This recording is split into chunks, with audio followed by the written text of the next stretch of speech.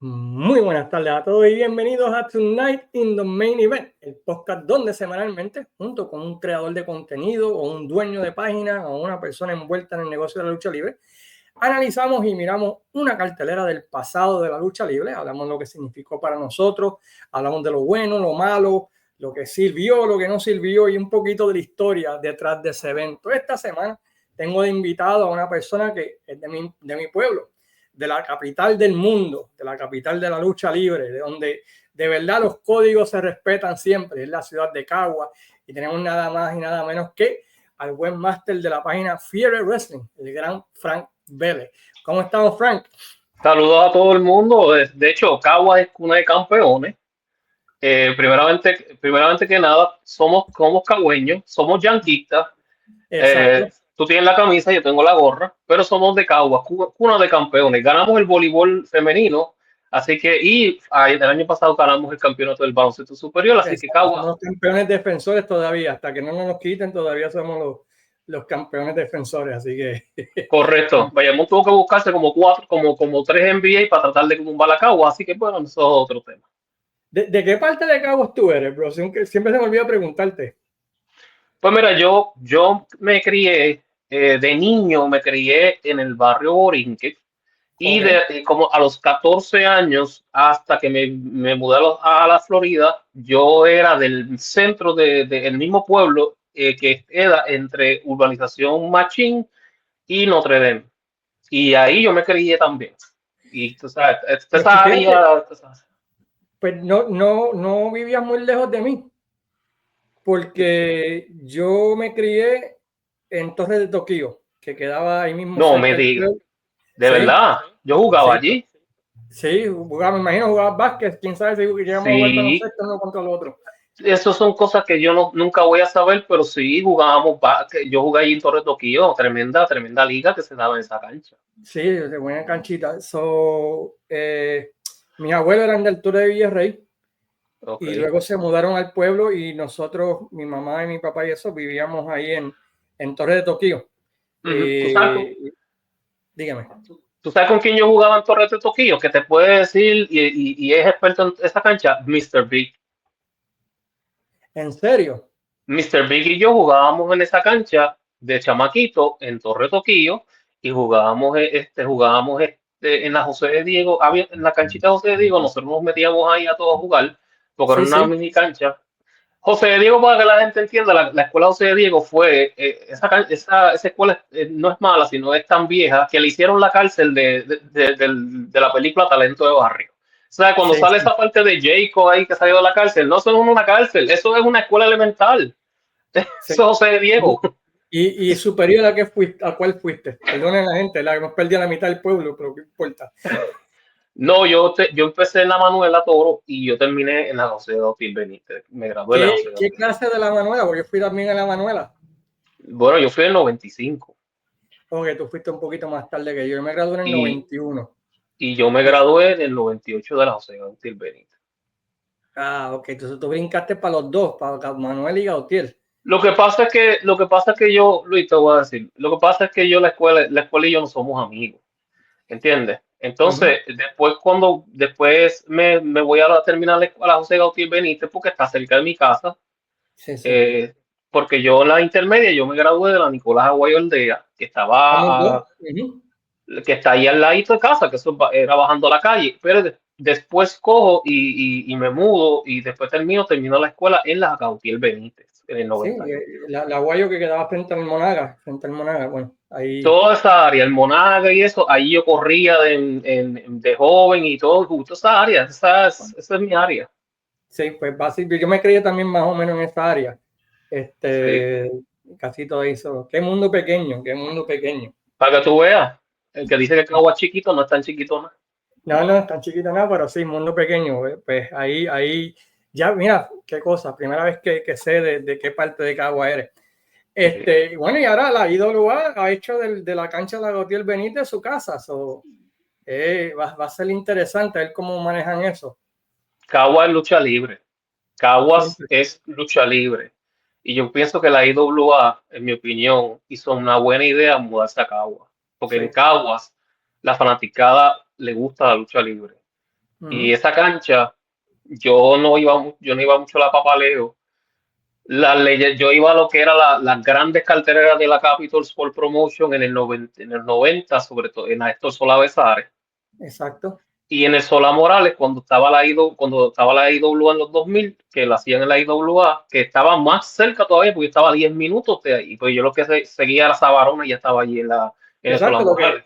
lo que nosotros hacíamos para ver los juegos de los criollos y eso, que subíamos las aldas por donde está la semana y llegabas al parque. Pues desde mi casa se veía las luces de Solá Morales, el gritereo ese si había lucha libre, el gritereo ese si había este juego de pelota, todo eso se escuchaba de mi casa. Nítido, nítido. Ya esa parte ahí, ahora que fui, la han cambiado bastante. Esa parte donde está Sí. el Solá Morales y ese barrio ahí, interesante. So, vamos a hablar esta tarde, ya que perdimos a la mitad de la gente que odia Caguas. Pues, vamos a hablar, ¿verdad?, de un pay-per-view que cuando te escribí te dije, hey, me gustaría trabajar contigo y hacer esto. Te voy a mandar 5 pay-per-views. Rápidamente me dijiste Bash of the Beach 96. ¿Por qué este pay-per-view en específico te llamó la atención de los que te mencioné?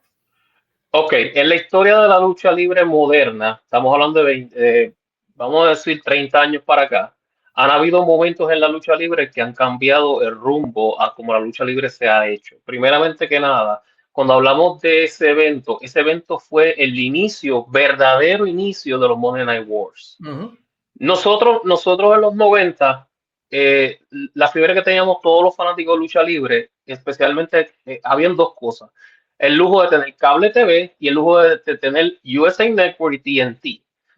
Cuando Monday Nitro comenzó en octubre, creo que fue el 95, algo así, nosotros no sabíamos cómo iba a ser y nada, pero trajo un concepto que era un concepto en vivo. Era la primera vez que se hacía en vivo, porque realmente, ¿te acuerdas? Raw lo hacían grabado. Exacto. Entonces, pero recuerda, no habían llegado ahí, todavía Raw le estaba partiendo la mano a WCW, hasta que ya comenzaron a hacer el ángulo de lo que era la NWO, que es la llegada de Scott Hall, en mayo 27, creo que fue mayo 27 del 96, que fue la edición de Monday Nitro. Eso pueden ir a Pico con Netflix, donde ustedes chequen, y ahí pueden verificar eso. Eventualmente, ese ángulo que fue el comienzo de lo que es de la NWO, originalmente era como si Scott Hall hubiera invadido la WCW de la WWF. Nosotros los fanáticos pensábamos lo mismo. El chamaquito me dice que hace Rizzo Ramón en WCW. Y eventualmente comenzó el ángulo y fue algo lento, pero fue tremendo verlo. Y eso le trajo atención a Nitro, porque Nitro era horrible verlo. Era horrible, era como los 90. ¿Te acuerdas del Golden Era? Era la misma cuestión. Me estás hiriendo porque yo era fanático de WCW. No, yo era fiel a WCW oye, durante ese tiempo del 90, del 92 al 95. Yo me lo chupé diablo, eso es malo. Es que era malo, pero yo me lo era chupaba. malo. Esa época, para explicarlo, si usted es conocedor de la lucha libre, cuando Crockett vendió a Ted Turner la compañía en noviembre del 88, estamos hablando de noviembre del 88, eso se veía los primeros 2 o 3 meses, era básicamente Crockett, hasta febrero del 89, que ahí es que viene este señor llamado Jim Herd, que cambia todo el concepto y tú puedes ver la diferencia entre lo que era Crockett a lo que es eventualmente ese WCW. Y esa época, esta es mi opinión personal, esta época del 90 al año 96 fue una basura. Completa basura. Bueno, del 90 al 94 fue basura. El 94 al 96 fue básicamente WWF ochentoso. Aunque hubiera un par de años, en 92 el Dangerous Alliance estuvo bueno. Sí, pero habían cositas. Pero sí, overall y sí. eso, estaban matados. Sí, de acuerdo. Overall estaba matado. Aunque para ese periodo del 93-94 toda la lucha libre estaba matado. Toda, porque déjame decirte una cosa, y eso nadie lo quiere decir. Bret Hart fue gran luchador, pero como campeón no trajo nada. Los ratings fueron malos. Diesel fue el peor campeón mundial en términos de ratings. Y Shawn Michaels no se queda atrás. Y No, otro más. Otro más. Y HBK peor porque cae en esta época, ¿no? Donde comienza este periodo de la NWO. Pero Correcto. antes de entrar de lleno a este show, un preámbulo que estaba ocurriendo. El feudo principal antes de que llegara Scott Hall para el feudo entre Ric Flair y Randy Savage, ¿verdad? Por el campeonato mundial y por el control de Elizabeth, que se había divorciado de Ric Flair y Elizabeth tenía todo este dinero de Randy Savage y lo estaba regalando y así por el estilo. Yo me tragué toda esa época. Yo también. Y de repente, ¿verdad? Pues llega Scott Hall y una de las cosas buenas que hicieron fue que lo vendieron como un invasor, básicamente. Correcto. Desde el principio, tanto Scott Hall como Kevin Nash, en ningún momento, ¿verdad? Pues lo vendieron como que habían sido filmados por ellos. Y eso creó lo que tú mencionas, ¿verdad? Ese misticismo de que bueno, ¿quién será? Y en el pay-per-view anterior a este, pues el famoso, ¿verdad? Ángulo o historia donde Kevin Nash le ejecuta el powerbomb, ¿no? Exacto.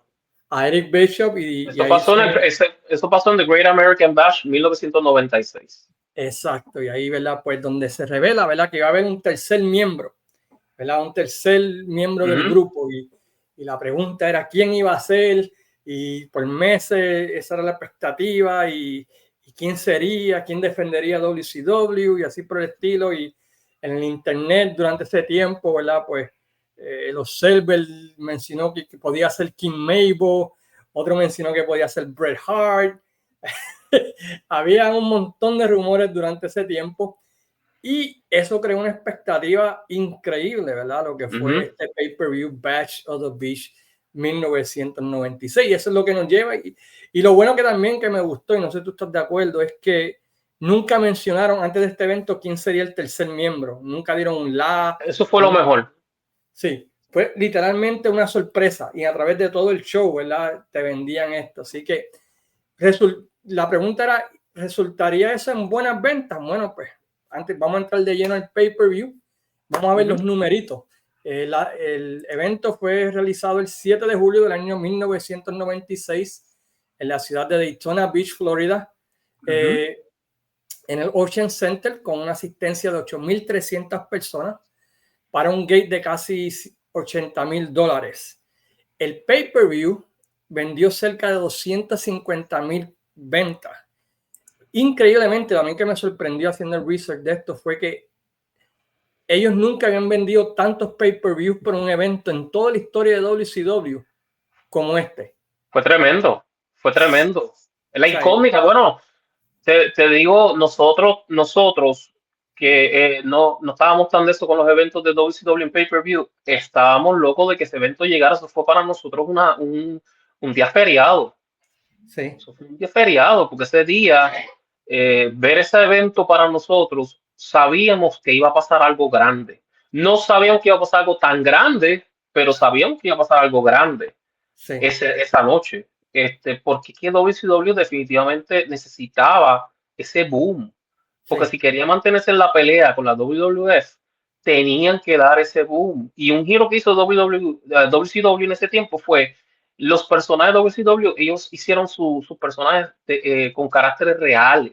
Dejaron esa comedia barata que tenía Vince, esa comedia barata que había en WWE, de esos payasos, que si un basurero, que sí, qué sé yo, qué. Que Y si ellos el promero, que si el recoge basura. Mano, el peor de todo fue el Dogun. Más rayo palta. Dogun. ¿Qué tú sabes? Dogun. Un tipo, ese era creo que Bill Irwin, que trabajó para los Von Erichs. Y de verdad, eso está aborrecido. Y recuerda que ya para el 96 en adelante, yo no sé si te pasaba a ti, pero ya estaban comenzando a salir los Smart Fans. Tú sabes. Sí. Ya, gracias a ECW, fueron los que como que acabaron de ponerle el petardo, ¿no? A esa nueva generación. Del 91 en adelante, tú empezaste a ver el crecimiento de los newsletters, aunque siempre han habido, pero desde el 90 en adelante, pues es como que explotó un poquito más, salió el Observer recibió más credibilidad, el Torch y otros newsletters. Y durante ese tiempo que salió el internet había unos foros, ¿no? En Estados Unidos que no eran tan extensos, ¿no? Como los de ahora, pero ya estaban empezando a desarrollarse ese fanático Smart Mark. Y estamos en ese mismo, en esa época, se puede decir del 96, cuando realmente como que explotan los Estados Unidos mayormente. Te voy a decir más, yo hasta el 95, yo era de esos fanáticos que veía 95, al principio de 96, yo veía a los luchadores y pues para afuera, tú sabes. Yo me acuerdo una vez, aniversario 96, WWC, que vimos a Abdullah the Butcher y ya esto se acabó el evento y todo. Y yo me acuerdo que el amigo mío Juan Sánchez y yo vimos a Abdullah y nosotros no le teníamos un miedo perro. Y él le decía, y yo le decía, vete tú, no, vete tú. Y decía, pero si me da un puño. Tú sabes, hasta que vimos una nena que le pidió un autógrafo y fuimos nosotros, ¿no? Bien valientes nosotros. Eventualmente, en el año 95, yo estaba en el 95 en Nueva York con mi tío. Mi tío fue ya fallecido, pero es súper fanático de la lucha libre, veía lucha libre desde, estamos hablando de WWE, porque eso allá era la cepa en cuestión de territorio de Vince McMahon Sr. Entonces él me llevó a Madison Square Garden y todo eso en 95. Él ya me estaba empezando a hablar de, ay, estos son tremendos actores. Y yo, ¿de qué tú hablas? Eso es verdad. Tú sabes, pero ya después con el tiempo comencé a entender y a respetar mucho más el arte de la lucha libre. Sí. Porque son unos atletas que de verdad hay que decirle usted tenga, porque eso no es fácil irse a coger cantazo todo, por 300 días allá en la WWE, 300 días al año en WWF y nada de eso. Eventualmente yo aprendí a tenerle mucho respeto, pero de ahí comenzó a salir el smart fan en mí, de que yo creo que Shawn Michaels va a ganar en WrestleMania. Algo va a pasar y algo va a pasar aquí en Bash Beach. ¿Me entiendes lo que te digo? Sí, se te prendió la bombilla y cambió tu manera de ver el negocio, no tanto ya. Correcto. Sí, sino más bien entendiendo el negocio, esto es lo que hace más sentido como negocio, o esto es lo que yo haría si estuviese haciéndolo. Porque sí, como hacemos todos los fanáticos de la lucha libre que tenemos ahí, yo lo haría de esta manera, yo lo haría de esta manera, tú sabes, pero ya sí. Ahora mismo, a mi edad hasta ahora mismo, yo he aprendido que dejo que la historia pase. Yo quiero ver la historia pasar y veo cómo pasa y todo, ya yo no estoy haciendo teoría, eso lo hacía más de joven, ahora no, ahora me disfruto más lo que es el contenido. Sí, yo creo que todos tenemos esa fase y luego crecimos, ¿sabes? Vamos, no sé si es, la palabra es poniéndonos viejos y cambiamos, ¿no? Y ahora, let's see where they take me, vamos a ver dónde me llevan Correcto. y ver qué pasa, aunque de vez en cuando todavía uno dice, coño, pero si lo hubiesen hecho de esta manera. Siempre es así, siempre es así. Siempre pasa esto, ¿verdad? Pero sobre todo cuando estaban los Vince McMahon a lo último, coño, ¿qué es esto? Sí, esa época, duele. Demasiado. Y después de un tiempo, al principio, no sé si te pasó contigo con AEW, que tú tenías fe en el producto y decías, coño, vamos a ver, y de repente empezaste a ver cosas y ahí como que dijiste. Yo tenía esperanza.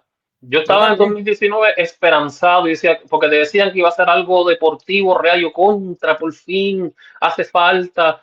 Y lo primero que veo es la basura que empezaron a sacar de los indies. Y yo, ay, no, esto es peor, esto es como un esto es horrible. Entonces, esa misma temática, entonces lo más triste fue no solamente que vieran indies, sino ver luchadores grandes hacerse indies para que los, en vez de que ellos atraer a los indies hacia su área, ellos tratar de ser aceptados por los indies. Eso fue una decepción. En vez de elevarlo a su nivel, bajaron a su nivel, lo que no hace sentido. Correcto. La primera lucha ocurrió para aquellos que quizás están viendo lucha desde ahora, en 96, luchadores como Rey Misterio y Psicosis eran algo especial. Era algo que no se veía nunca. No, eso para los 90, eso lo trajo ECW. ECW, Dios mío, ECW fue innovador y visionario en tantas cosas. Porque a veces yo he escuchado a Eric Bishop darse golpe en el pecho de que él hizo esto, hizo lo otro, pero Eric Bischoff fue más vio las cosas que él en crearlas. Sí. Muchos de los conceptos grandes que hizo WCW con Eric Bischoff, él lo vio de otro lado. Lo de los Sí. Cruiserweights, él lo vio de Paul Heyman. Sí, de ECW, porque Rey Mysterio y Psicosis debutaron en ECW, y si nunca han visto las luchas de ellos en ECW, altamente recomendadas. Aquí Demasiado. Rey Mysterio contra Psicosis. ¿Qué te pareció esta lucha? Un joven Rey Mysterio, 21 años aquí. A mí me encantó esa lucha. A mí me encantó esa lucha porque fue para ese tiempo, como tú dices, fue innovador. Fue algo nuevo. Sí. Recuerda que la lucha libre mexicana se mantenía en México hasta al menos 94, después de Worlds Collide, el evento de AAA y WCW. Y ya la gente comenzó a tener la picol y el interés de querer ver lucha libre mexicana. Entonces, este concepto, Rey Mysterio y Psicosis tuvieron una lucha que básicamente son los innovadores al estilo de hay hoy en día.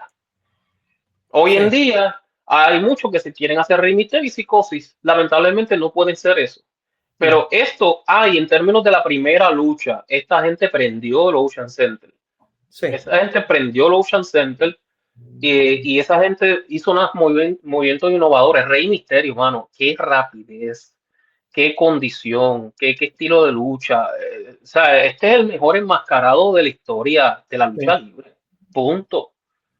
Y en ese tiempo, los 21 años, ese lapso yo les recomiendo a muchos fanáticos, del lapso de Rey Mysterio 96 al 99, vean las luchas de Rey Mysterio. Ustedes se van a dar un manjar. Y esta lucha fue un manjar. Y Psicosis no se queda atrás. Psicosis también fue uno de esos luchadores del 96-99, uno de los mejores luchadores. Y algo que me gustó viéndolo en términos de negocio, es que habían más personas que iban a ver el producto por primera vez. Correcto. De WCW.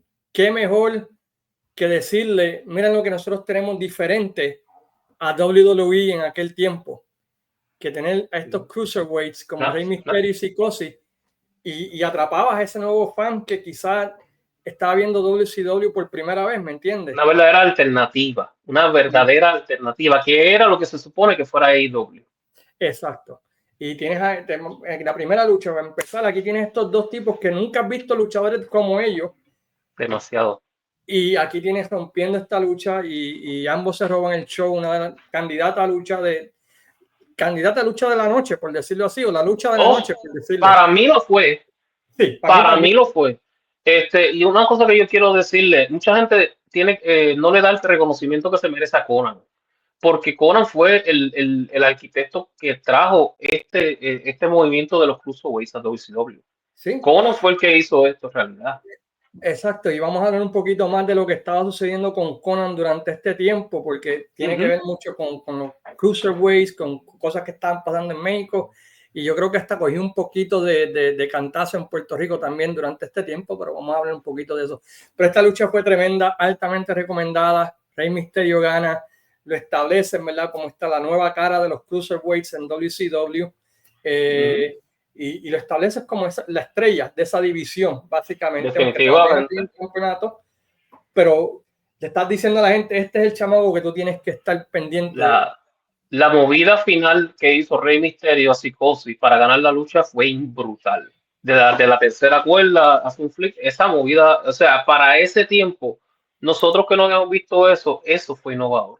Una huracanada de la tercera cuerda, tú sabes. Exacto. Hay que darle crédito. Hay una cosa, Luis, y una cosa importante que hay que decirle a todos los que nos están escuchando y nos están viendo.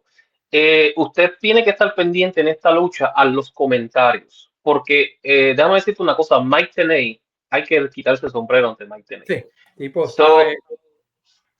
una enciclopedia de lucha libre, y tú veías la diferencia entre él y Bobby Heenan, que Bobby Heenan era entre los 80 y los 90, pero Mike Tenay es el tipo de comentarista que de verdad tiene el conocimiento, tiene la data. El hombre te da una data en esa lucha que tú te quedas totalmente, wow, qué conocimiento. Ahora escuchando y yo viendo esa lucha que la volví a ver, yo dije, wow, de verdad que este señor Mike Tenay, hay que decirle usted y tenga la data que tiene.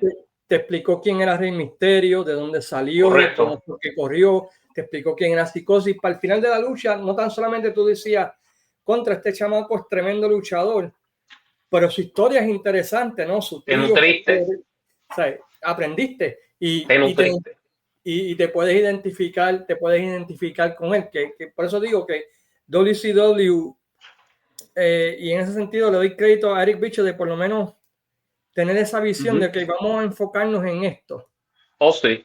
Y vamos a hacerlo, y quedó bien esto de empujar a Rey Misterio, ¿verdad? Y a Psicosis como estas nuevas caras de esta división. La segunda lucha, pues básicamente, ¿verdad? Pues no sé qué tú piensas. Yo lo que pienso que esta cartelera, ellos querían que las personas salieran con dos cosas. Sí. Tenemos esta nueva división que ustedes tienen que estar pendientes, y la más importante es quién va a ser el tercer miembro. Lo demás es relleno para esas dos cosas que queremos que la gente se vaya. No sé si tú pensaste. Yo tengo una teoría. Ok, Luis, pregunta que te hago. ¿Cuál es el carro más rápido que tú has montado en tu vida? El carro más caro que hemos... Más rápido. Que tú dices, wow. Un Porsche una vez que me monté, pero no lo corrieron tan rápido. O sea. Ok, pero te sabías que podía ir rápido. Sí, okay. Exacto. Sí. Imagínate que te montes de ese Porsche que es rápido, que tú sabes que va rápido, y de momento te digan el próximo carro es un carro de golf. Pues básicamente, este es lo que pasa de la primera a la segunda lucha. Que te ponen a esta velocidad y te trepan acá arriba, y después vienen estos dos y te la bajan. Sí. Y estamos hablando de una lucha que tenía un monedero a 15 pies de altura en un palo, la famosa un pole match, y los luchadores que no hace sentido, era John Tenta, conocido como Earthquake, y Big Bossman, ¿verdad? Que pues no son luchadores de estar trepando tubos o poles, o como le quieras llamar. Sí, él se conoce como Big Boba en WCW. Que de hecho todo el mundo sabe que es el mismo personaje que venía de la época de Jim Crockett. Sí, exacto, que era Big Boba Rogers, que era el guardaespaldas de la de Jim Cornette. Correcto. Y algo, a mí lo que cada vez que yo veo a John Tenta, lo que me sorprende es cuando chequeo la edad que tenía en esta lucha. Aquí apenas tenía 33 años. Ya lo sé. Y tú, mira, dice, diablo, 33. Se ve de más. Está matado. Sí, está matado. O sea, que tú dices, coño, 33 años nada más. Mira, Randy Orton tiene mi edad. Randy Orton tiene 45 como yo. Y Randy Orton no se ve como John Tenta. John Tenta se ve más matado que Randy Orton. Exacto, y tenía apenas 33 años, y tú ves chamaquitos de 33 años hoy en día que parecen chamaquitos de 15 o de 20 años. Oh, sí, definitivo. Y pues esta lucha, pues, me gustó una cosa que hicieron, no sé si te diste cuenta, como no podían ninguno de los dos treparse. Jimmy Hart. No, y Tenta trató de coger una tijera para tumbar el palo. Sí, pero... Esa parte me gustó porque la encontré bastante original. Bueno, tiene que hacerlo. Ahí no había break. No había break. Y lo otro, ¿verdad? Que tú mencionas que Jimmy Hart, no, súbete tú a... Sí, Jimmy Hart parecía bizcocho subiendo el palo encebado en los 70. Igualito, como que la agilidad que subió él, muchacho, eso fue una cosa que...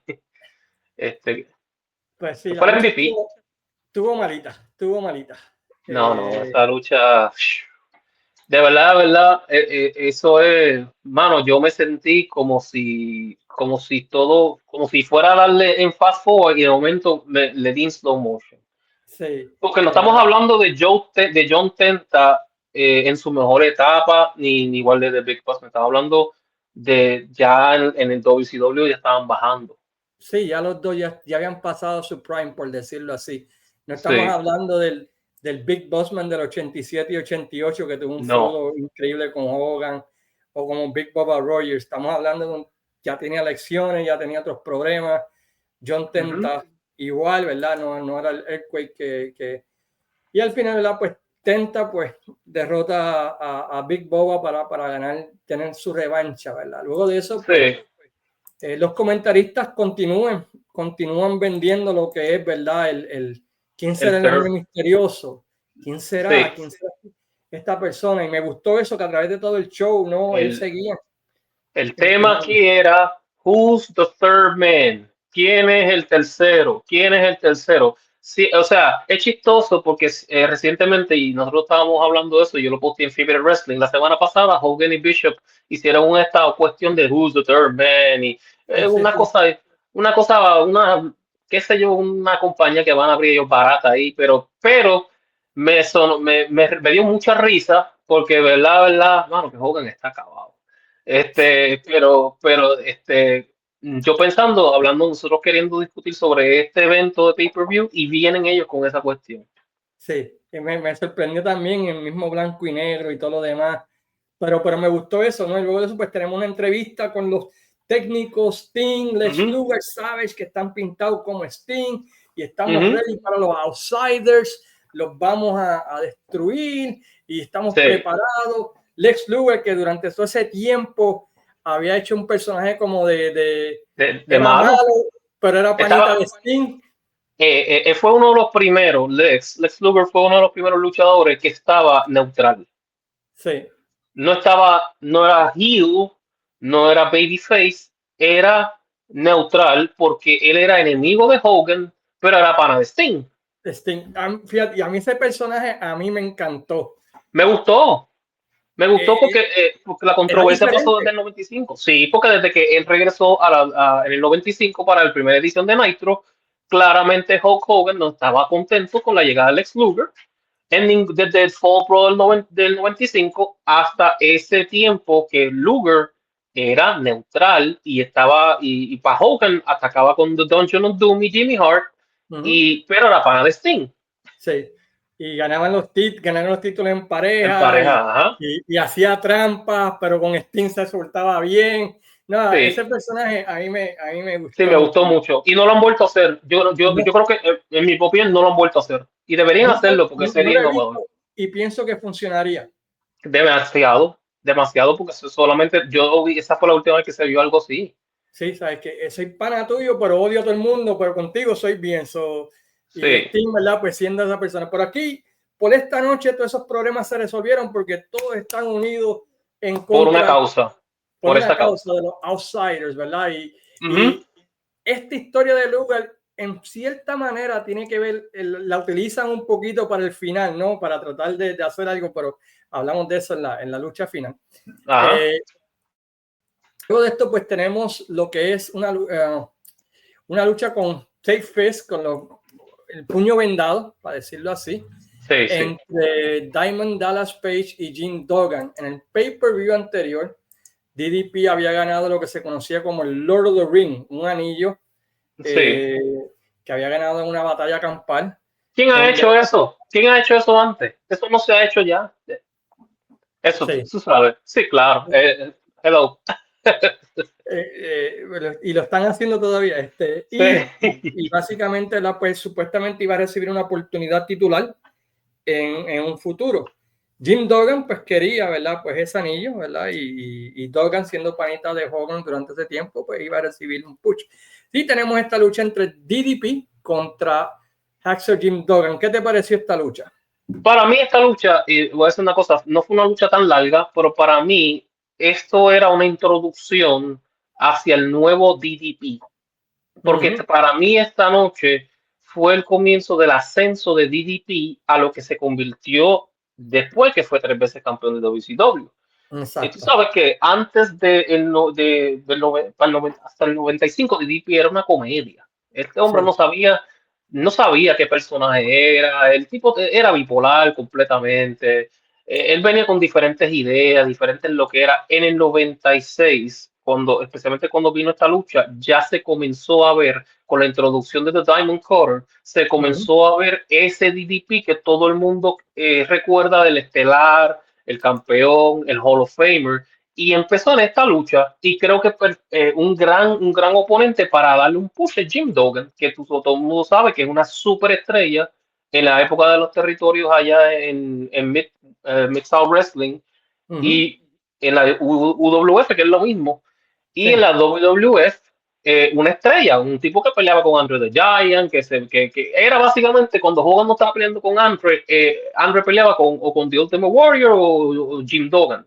Jim Duggan Sí. para mí, la lucha fue física, la lucha, los fanáticos obviamente se pusieron de pie porque Jim Duggan es una estrella Sí. y ayudó a DDP al final de la lucha, para mí, ayudó a DDP a establecerse como una estrella en ascenso. Ya nadie Exacto. lo estaba empezando, ya nadie estaba empezando a coger a DDP como un payaso. El Diamond Core hizo a DDP lo que ya terminó siendo, que fue un Hall of Fame. Empezó a recibir credibilidad luego de esta lucha y poco a poco fue Correcto. subiendo. Y algo de DDP que a mí me gustó, que también fue hasta cierta manera orgánica, Sí, el ascenso de él. sí. Fue algo que la fanaticada pues lo vio después de, como tú mencionas, años de verlo quizás no creíble poco a poco. Y la gente dijo, espérate, este chamaco tiene algo. Y el Diamond Cutter, mucho antes que RKO, Oh, sí. era una de las movidas más over en el mundo. Mucho antes que el Stone Cold Stunner. Sí, el Diamond Cutter del 96 al 98 no había una movida más over que esa. Sí, a mí me gustaba mucho. A mí me gustaba mucho y de hecho ayudó mucho a la carrera de DDP. Sí. Y como tú dices, es orgánico. Esto subió de la noche a la mañana, ya la gente empezó a reconocer. Otra cosa también con DDP es que DDP es un tipo alto, creo que mide 6'5" por ahí que mide DDP. So, Algo así, para sí. esa época caía perfecto porque recuerda que estaban buscando hombres grandes, babyface, para competir con lo que se aproximaba que era la NWO, porque ya tenías un Scott Hall que medía 6'8", a un Kevin Nash que medía 6'10", Hulk Hogan medía 6'8", 6'9", ¿me Uh-huh. entiendes? Y The necesitaban Giant, que eventualmente se unió también The a él. Giant, exacto, Giant medía 7, era 7'1", no sé 7'4", está exagerada, pero era 7'1", pero era grande, el tipo era grandísimo. So DDP machaba cada uno de los checklists que necesitaba WCW para tener una estrella que compitiera contra esa gente. Buen punto ese, fíjate, no lo había pensado, pero sí, tienes razón. Y otra vez, ese ascenso de DDP hasta que finalmente rechaza al NWO. Ujú. Es tremendo ascenso y ya que rechaza el NWO y se convierte, ¿verdad?, en ese babyface, olvídate. Lo guardaron. Y yo te voy a decir una cosa también que DDP tiene. DDP es pana fuerte de lo que es de Click. Él era pana de todos los de Click. Qué chistoso, porque era pana específicamente de Scott Hall, de Kevin Nash, y él era pana, y él es pana de Triple H de años. Sí, Entonces, Kevin Nash y Scott Hall, sabiendo lo que Eric Bischoff quería hacer con DDP, dijeron, a nosotros nadie nos va a tocar, nadie nos va a poner la mano encima hasta que lo haga DDP. Y en sí. esa edición legendaria de Nitro, que vino el Diamond Cutter, que se lo aplicó a Scott Hall, ahí fue que, chacho, ahí fue la superestrella de DDP. Sí, porque nadie se lo esperaba y fanáticos viejos de WCW Correcto. recordaban la historia entre ellos tres, porque DDP fue el manager de ellos. Exacto, Scott Hall era de Diamond Stud, y después Vinny Vinny Vega Vega. era también parte del grupo. Había una historia sobre aquellos fanáticos sureños, como decimos nosotros, vieja escuela de WCW. Sí. Habíamos visto esa historia entre ellos y ese fue el payoff. Y es like, mira, una de las muchas buenas cosas que hizo, que hizo el hombre. Eh, Vamos a Eric hacer una Bischoff. cosa. Y déjame decirle una cosa a los fanáticos, a todo el mundo que nos está escuchando y viendo a través de este podcast. Eric Bischoff fue tremendo en establecer cosas. Sí, no fue tan visionario como lo pintan, pero sí estableció ideas que fueron muy buenas, que se están utilizando hoy en día en el producto actual, que fueron un índice, lo comenzó Eric Bischoff Sí. como el comienzo de los personajes, y obviamente la visión que tuvo Eric Bischoff fue una muy buena visión, pero lo que pasó después es otra historia, pero eventualmente en este instante, en este momento, Bischoff estaba aplicando y apretando los botones correctos para Sí. tratar de desplazar a WWF. De emplazar, lo comenzó con Nitro y poco a poco, ¿verdad? Y aquí pues trajo a los Cruiserweight, trajo un montón de cosas, un par de herramientas, hizo un complemento bueno, un show de lucha libre, ¿no? A Sí, porque diferencia de lo lo que hizo, estaba dando la WWF en aquel lo, tiempo. re- lo repartió, él lo repartió. Y una cosa que él hizo muy buena con los Cruiserweights, él dijo, este estilo, esta gente se queda haciendo su estilo. Y también entre el mismo show atraían gente de New Japan. Y la gente Sí. de New Japan también tenía lo suyo, era su strong style, cosas así. Pero hacía el show variado, hacía el show entretenido. Ujú. Vete, tú sabes, porque a mí, te voy a decir la verdad, yo veía WCW Nitro por el NWO y eso, pero a mí me encantaba Dean Malenko, a mí me encantaba Chris Jericho, a mí me encantaba Rey Mysterio, a mí me encantaba Eddie, ¿me entiendes? Ese mixeo que tenían ellos, Juventud Guerrera, Psicosis, esa gente, unos bravos, y también establecieron su propia huella en esa historia de WCW, que si lo hubieran administrativamente, hubieran sabido tomar las decisiones correctas en aquel tiempo en la área estelar y hubieran elevado a algunos de esos luchadores cruiserweights a planos más estelares, WCW posiblemente todavía estuvieran haciendo La, lucha libre. la teoría era la primera hora y media de WCW es perfecta y la última hora y media no es tan buena. Ahí puedes cambiarlo a Raw. Para la primera hora y media tú no podías faltarte porque ibas a tener una lucha de Rey Mysterio, una lucha de Chris Jericho, una lucha de Eddie Guerrero, ibas a tener una lucha en pareja brutal. Sí. Ya al final, pues tenías al NWO, si no te gustaba el NWO, pues podías cambiarlo, ¿verdad? Porque sabías que esa última hora casi siempre era de El joven. cambieteo, Sí, el cambieteo en el televisor.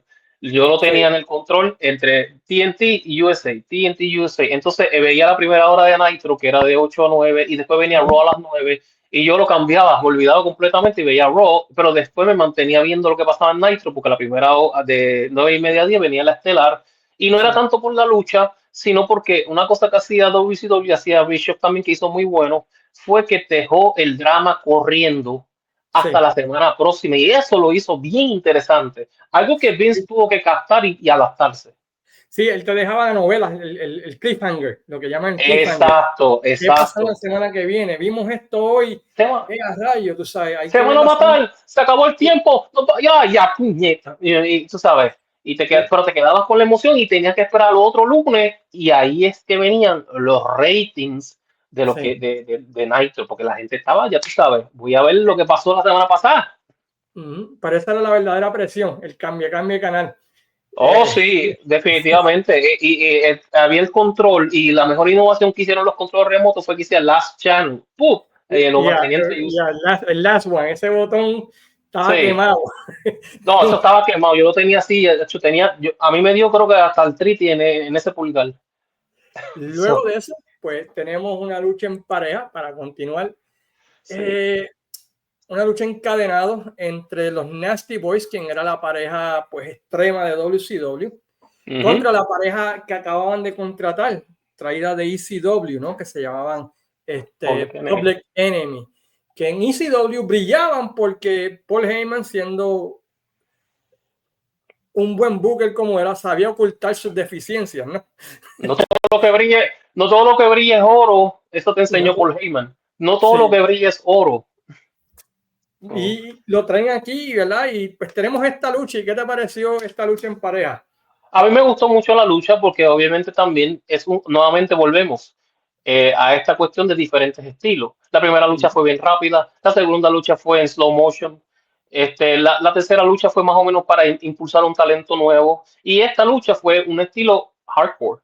Y a mí me Sí, gustó mucho este estilo hardcore, sobre todo porque los Nasty Boys y los Public Enemy machaban, porque recuerda, Public Enemy estaba tratando de convertirse en la pareja más violenta de WCW y obviamente a quién ibas a tirarle a los Nasty Boys, que los Nasty Boys eran reconocidos por ser pues, exactamente eso y un Nasty. Entonces, eventualmente para mí esa lucha, para mí se dieron con todo, se dieron sí. duro, se Me dieron. gustó el hecho de que, otra vez lo que tú mencionas, variedad, un poquito de todo. Cada Sí, lucha hacían cosas diferentes, ¿no? oh Hoy, sí, no como hoy en día, que todas las luchas son iguales. Todas las luchas, en la primera lucha hay sillazos, pues la segunda hay sillazos, en la tercera hay sillazos. Ahí no, ahí dejaron las sillas y las mesas y todas esas cosas exclusivamente a esta lucha. bro, yo te voy a decir una cosa. Y si tuviste Elimination Chamber de la lucha de Kevin Owens y Sami Zayn, que ese tipo se chavó, ahí se lesionó. Rock o Rock, en esta lucha en Bash of the Beach contra los Nasty Boys, esta lucha yo le escuché el crack de la espalda. Sí, cuando la mesa no Cuando, quiso romperse. cuando se lo tiró Jerry Sachs. Y Sí, Dios mío, yo escuché el fucking crack. Yo decía, esto es un Jerry Sachs le acaba de hacer un servicio de quiropráctico a este macho. sí. Le Que metió un sí. cracazo. O se chavó algo o se tiró algo, pero se escuchó. Yo, yo, Ach. yo pensé que se iban a ir en algunas partes que se zafaron, ¿no? En Ajá. uno de los de Public Enemy, Rubio, le mete el cadenazo Y a Brian Knobs, ajá. ahora y que se vio que se le zafó. Sí, es que se fueron, es que se le soltó la mano, pero déjame decirte una cosa. Esa mesa, by the way, el que compró esa mesa la compró para que, para que se me diera un televisor pesado ahí. Esas mesas estaban duras. Estaban reforzadas. ¿Qué? Ahí tiraban a André el gigante y no se rompía. Esa mesa No, esas estaba mesas dura. aguantaron cantazo. Yo diría, pero ¿cuándo se rompen? Yo creo que después de esto aprendieron, vamos a hacerle un Se rompió cortecito algo, antes. pero no fue la mesa.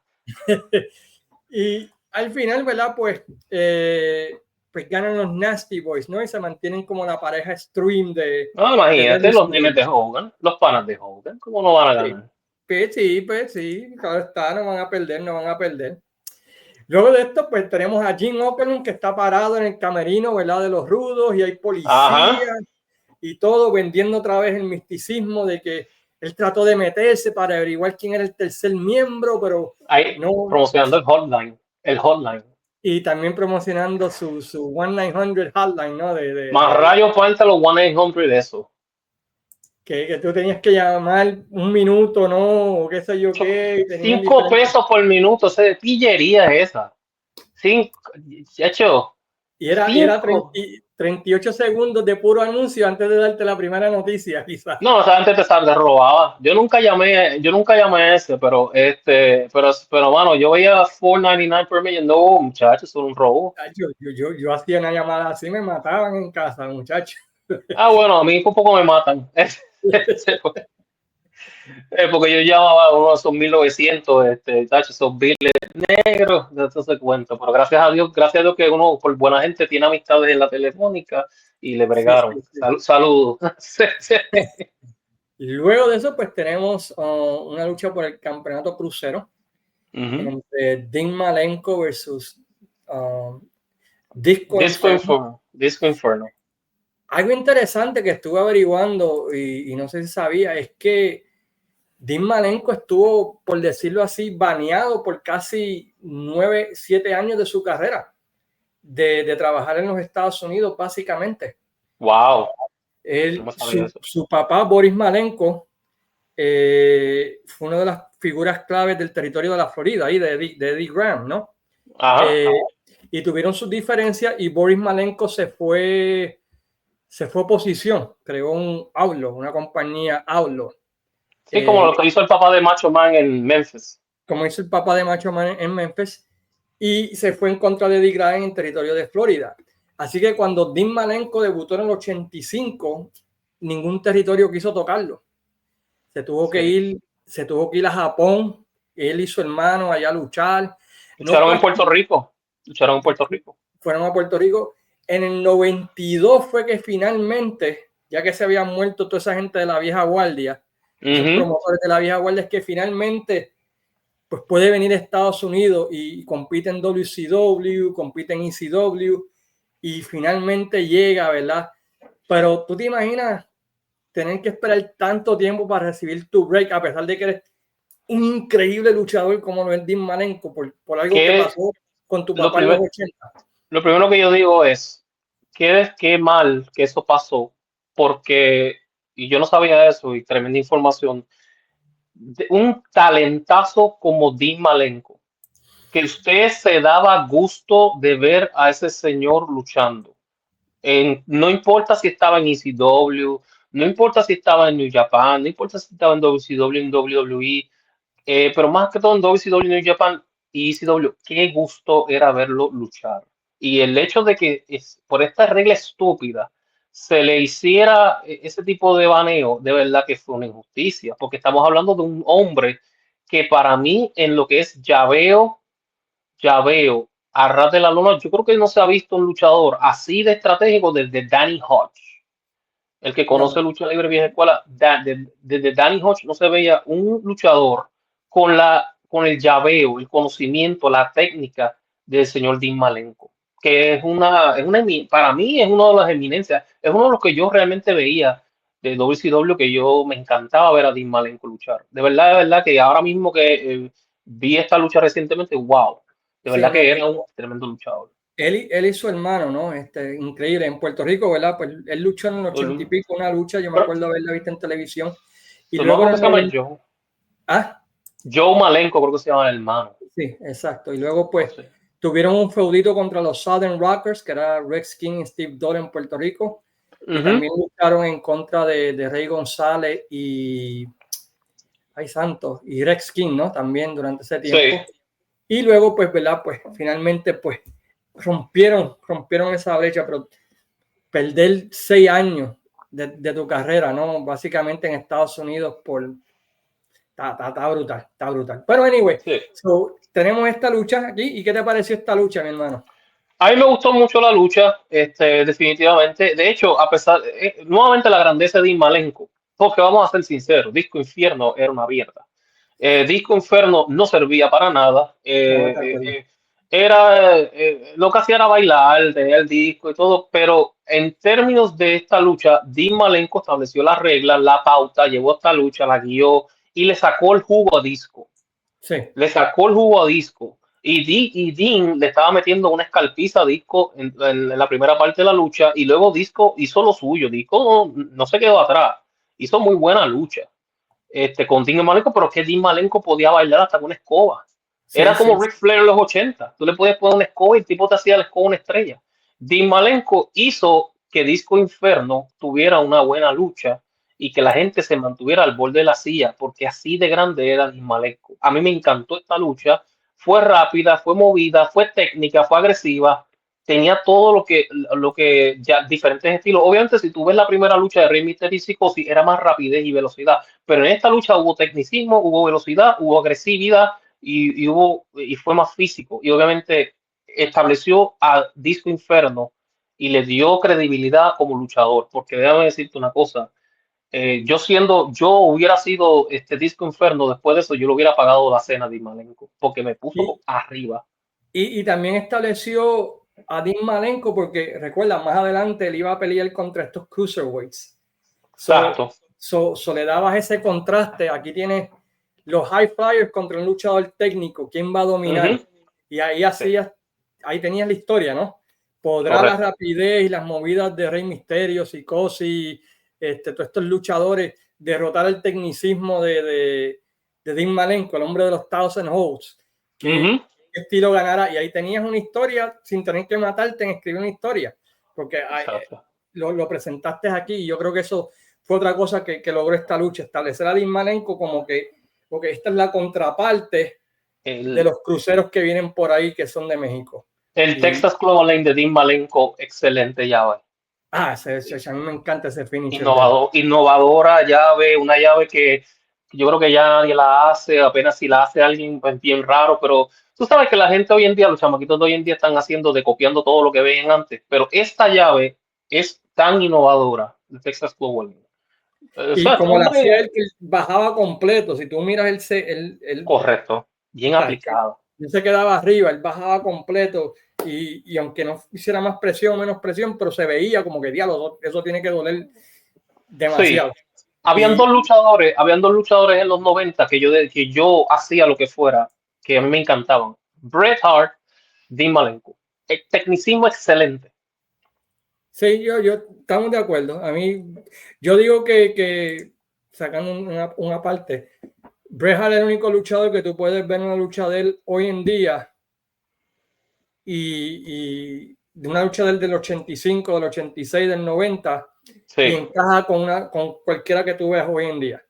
Purista, sí. Y si hay personas que van atrás, Bret Hart tiene clásicos en Stampede con Leo Burke.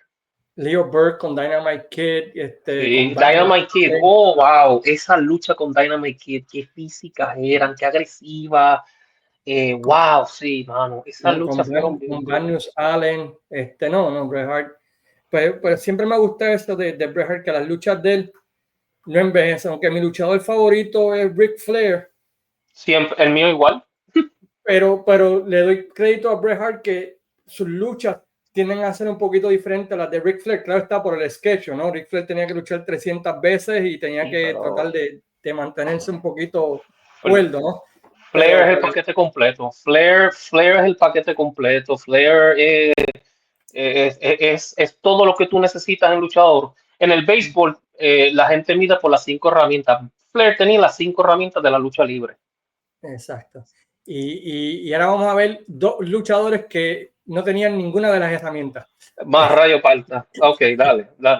O que era fanático de él porque era de los Chicago Bears, del 85 Team. Sí, pero en la NFL. En la NFL, una leyenda, Steve, que acaba de fallecer, ¿verdad? Y Sí, lamentable. Lamentablemente ese fallecimiento y la condición por la cual falleció, que es muy lamentable, la condición sí, de ver, ALS. ver ese macho de tan fuerte que era como un defensive lineman a ver cómo terminó, sí dio mucha pena. Sí. Steve Mongo Michael contra Joe Gómez. Este feudo empezó tan estúpido. Oh, Lord. Ajá. Debra entró gritando el camerino. Joe Gómez salió a ¿qué pasó? ¿Qué sucedió? Y llegan los Horsemen en ese momento y creen que Debra Michael estaba gritando, ¿verdad? Por culpa de Joe Gómez. Y esto fue lo que llegó y le da una pela y Joe Gómez está buscando venganza contra Michael.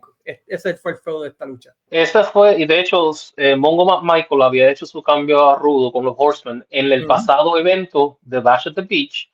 Creo que fue que le había hecho pareja con Kevin Green, que creo que Kevin Green ya había fallecido también, que también un gran futbolista, y ahí fue que se hizo rudo, se hizo con los Horsemen, con el famoso maletín que Debra trajo de Chavo y qué sé yo qué. Mongo tenía el carisma, Mongo tenía el físico, Mongo tenía la personalidad. Lo último que tenía para ser luchador era la lucha. You know.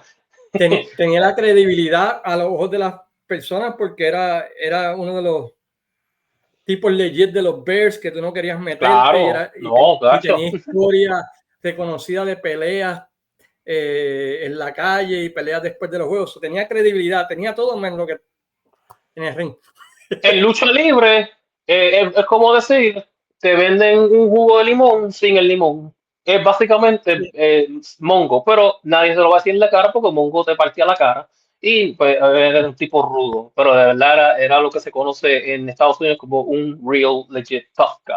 So, en un real legit tough guy que nadie de los Bears mismos ni de ese de 85 Team querían meterse con él. So, no. Tenía esta credibilidad, pero no lo pudo, nunca conectó en el ring, no pudo hacer el switch. Está haciendo muy nice. Sí. Y Joe Gómez, pues peor todavía. Joe Gómez es como si trajera a los Jones versión Temu. Sí, porque inclusive él empezó luchando como un luchador Native American. Su primer nombre, él luchaba con y después cambió ya. La lucha estuvo mala, gente. La lucha estuvo. De verdad, dele para adelante esta lucha. Sí, esta luchita es para el baño, cogerse el break, buscar algo en la nevera, la cervecita y lo que sea. Prepare los snacks para la próxima. Sí, la próxima lucha. Es nada más, tenemos a Ric Flair que está siendo entrevistado, ¿verdad?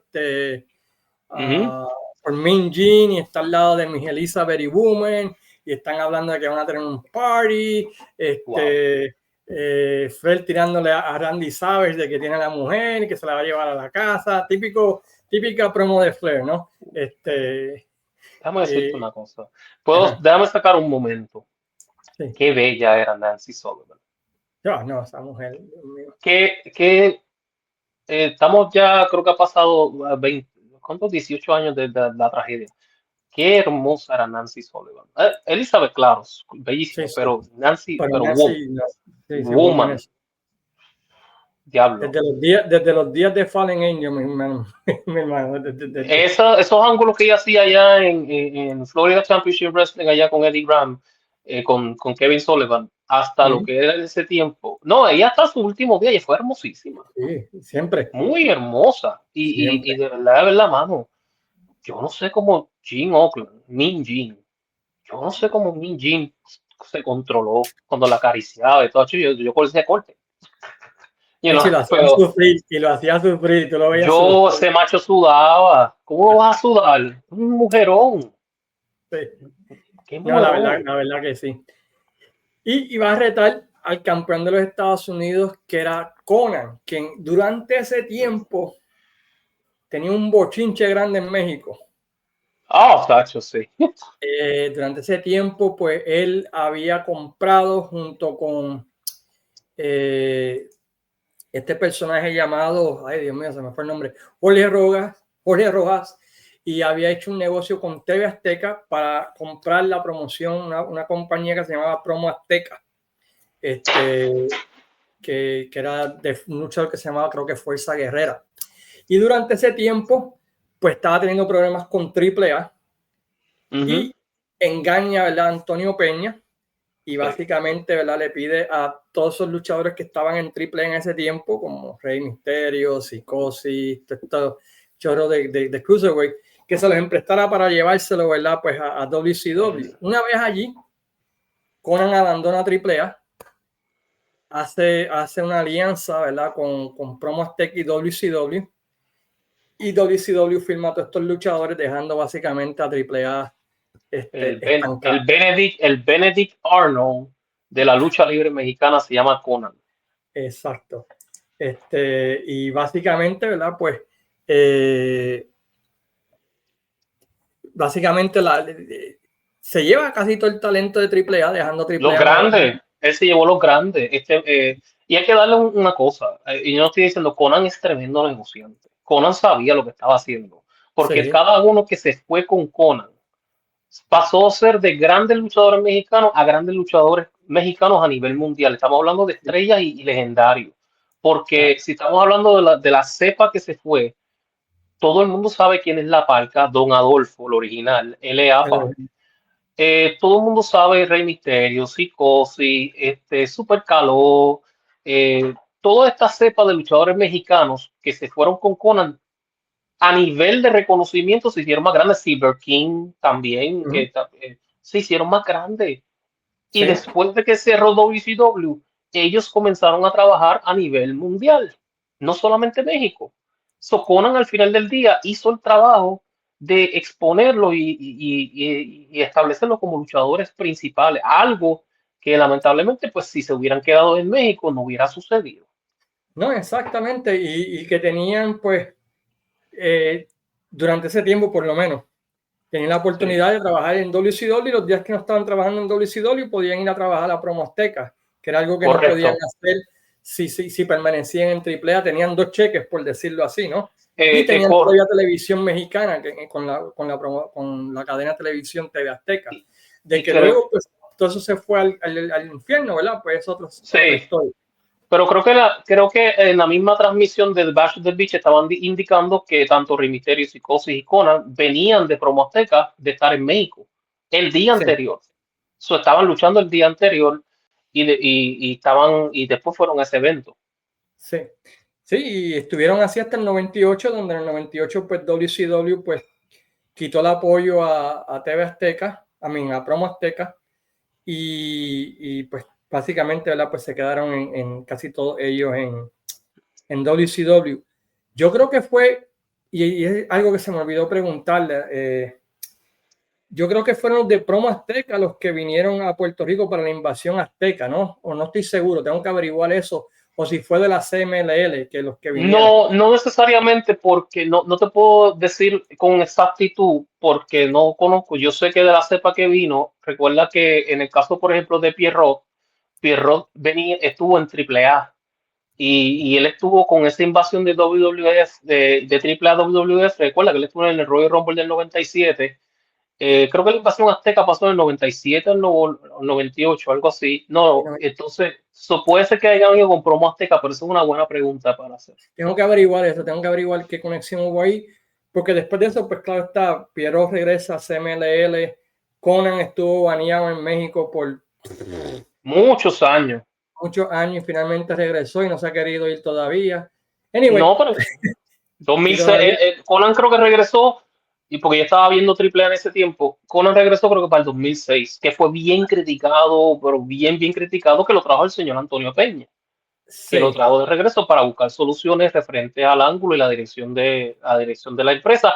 Y nuevamente Conan le funcionó cuando volvió a AAA, porque ahí fue que realmente vimos lo mejor del Mesías, de Ricky, en lo que fue con Cibernético, lo que fue con La Palca.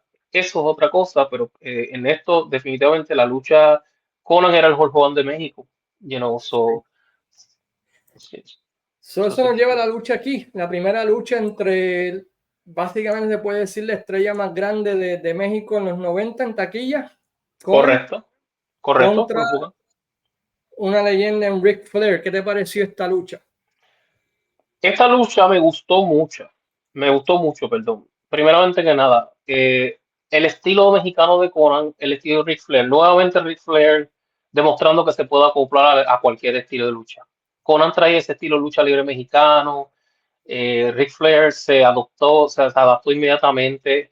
Déjame decirte una cosa, obviamente las intervenciones de Elizabeth estaba perdida, pero Woman, Woman era excelente manager, excelente manager. Es verdad que gritaba, papá, esa mujer gritaba en tu casa, te llamaban a la policía, porque esa mujer que los gritos que esa mujer daba era para que se quedara con el barrio entero. Pero anyway, como base de lucha libre, Conan y Ric Flair para mí establecieron una muy buena pauta, una muy buena lucha. Para mí Conan y Ric Flair hicieron tremendo trabajo en lo que se podía y obviamente Ric Flair. No hay sí. nada que decir. Leyenda, Y, grande, lo tira y, afuera, you know. y las mujeres haciendo lo que tenían que hacer ahí y haciendo Sí, trampa, muy ¿no? bien. No, Y, muy y, bien. y quedó chévere. La lucha estuvo buena, mejor de Qué lo que esperaba. cantazo. ¿Qué Yo cantazo nunca, cogió Elizabeth? ¿Qué cantazo cogió Elizabeth en una que Conan se fue para afuera y sacó a Elizabeth para afuera? Hacho, le dio un cantazo duro, ya, pero hicieron cierto, un trabajo. no, se me había olvidado esa parte, pero sí. Eh, yo nunca he sido muy fan de Conan, pero esta lucha sí estuvo bastante buena. Así Sí, y después gana el campeonato de los Estados Unidos, ¿verdad? Gracias a la ayuda de las con, chicas.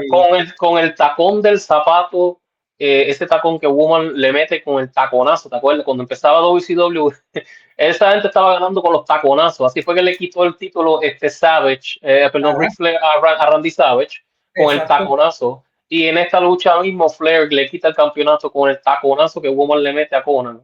Ese Esos tacones taco estaban duros. tenía, no sé qué tenía ahí, muchacho, pero te Eso, pegaba y caía. Eso era una puya de los Road Warriors, por mi madre. Yeah, eso fue tremenda lucha. A mí me gustó, una cosa que yo quiero recalcar de frente a esta lucha, Ajá. me gustó mucho el hecho de que Ric Flair, a pesar de que estaba siendo bien rudo en esta lucha, se estableció una muy buena lucha, un buen tono, o sea, fue buena lucha, fue muy buena lucha. Y Conan se adaptó rápido al estilo de Flair. Me gustó mucho porque era la primera vez que se enfrentaban también. Era algo bueno, me encantaba.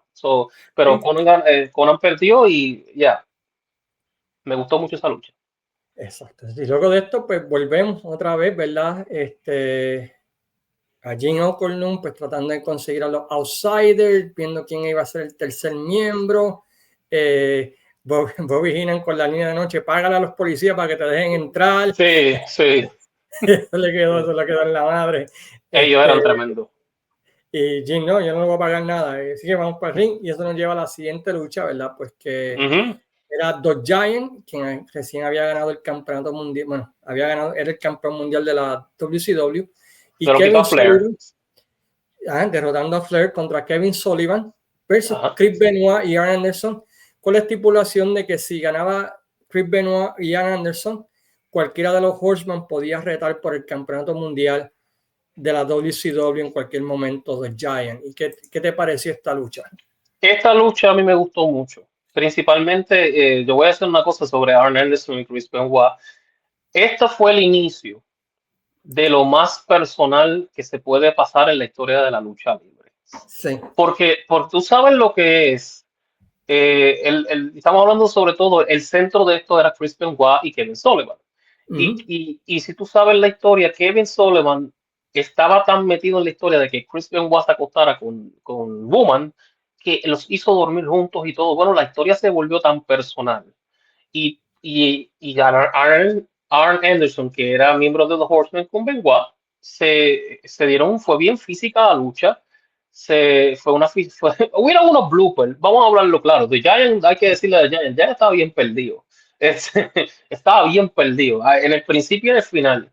Pero obviamente en la base, el centro de esta lucha, para mí, Benoit y Kevin Sullivan, ya lo se personificó, wow, bien personal se volvieron, de verdad. Sí, lo que comenzó como historia se tornó en la vida real, ¿no? Chris Benoit se llevó a la mujer de Sullivan y lamentablemente, ¿verdad? Pues si Sullivan no hubiese pichado esa idea, quién sabe si la historia de Woman hubiese sido diferente, ¿no? Claro, claro, y esta es una historia, nuevamente hablamos de Woman. Ahora, imagínate tú, esta es la mujer del Booker. Y el Booker te dice, tienes esta base, ustedes van a ser pareja, que tú dices, no hay problema, porque es parte del espectáculo, pero que te dice, pero tienes que dormir con ella legítimamente. Una mujer como Woman, no estábamos hablando, y tú, hello, tú sabes lo que va a pasar. Sí, Esa la buscó. para engañar a los boys, para engañar a los Por, boys. por favor. Pues, engañaron a los boys y a él mismo, porque contra tú sabes, la piel de una mujer así de hermosa, tú durmiendo con ella legítimamente sabiendo que estás trabajando por un ángulo. Ah, pues, tú me perdonas, por eso se la buscó Kevin Sullivan. Y lamentablemente, pues, todo el mundo sabe lo que pasó. Pero una cosa que yo digo de esta lucha, el problema de esto fue el ángulo, lo de Taskmaster, esto de The Dungeon of Doom. ¿Qué basura era Dungeon of Doom? Sí, estaban ahí nada más por una cosa, satisfacer a Hogan. Basura, pero mano, Para crearle basura. monstruos a Hogan, para que Hogan se los comiera vivo. No, mano, esto fue una basura. Y Sullivan como Booker, ¿qué tú ibas a hacer? Si eso es lo que quiere Hogan, pues vamos a darle Claro, eso. pero wow, qué horrible. Y entonces The Giant más perdido que Rolandito. Pero recuerda, era básicamente casi un novato en ese tiempo. Era un nene, porque lo que tenían era 23, 24 años, pero era su Llevaba primer, ni un año segundo año. luchando Ni un año, no llevaba ni un año, porque él debutó en el 95 en Halloween Havoc. exacto, eso, imagínate eso. Y ya era campeón mundial, ya le habían puesto como la cara de la empresa, con eso, ¿sabes? Está pesado. Ese paquete estaba muy temprano para el hombre. Muy temprano. Tú sabes que yo tengo una sección en Fiebre Wrestling llamada Basura Wrestling. Ok. Sí, sí. Y son changuerías que tú ves que tú dices, wow, really, esto es algo obvio. Pues una parte de esta lucha, Benoit y Sullivan se estaban dando en la parte de atrás, en el backstage, y tú ves desde lejos a The Giant con Jimmy Hall yéndose backstage. Pero ven acá, no se supone que no se supone que tú vayas y tú vayas y vayas a caerle encima a Chris Benoit y te vas a ir a lo loco sabiendo que le están cayendo encima al jefe tuyo. Bueno, y eventualmente, ¿verdad? Pues la unión entre Sullivan y Giant se rompe y Gracias a Giant Dios. luego a la NWO. Lo que nos lleva a que lo que nos trajo aquí. Enseñamos Hostile Takeover. un package, ¿verdad? Del Hostile Takeover de Scott Hall, que aparece, como mencionó Frank al principio del podcast, en Memorial Day. Después aparece Kevin Nash y comienza la guerra. Eso lleva, ¿verdad? Pues a Nash haciéndole el powerbomb a Nick Bishop en el Great American Bash.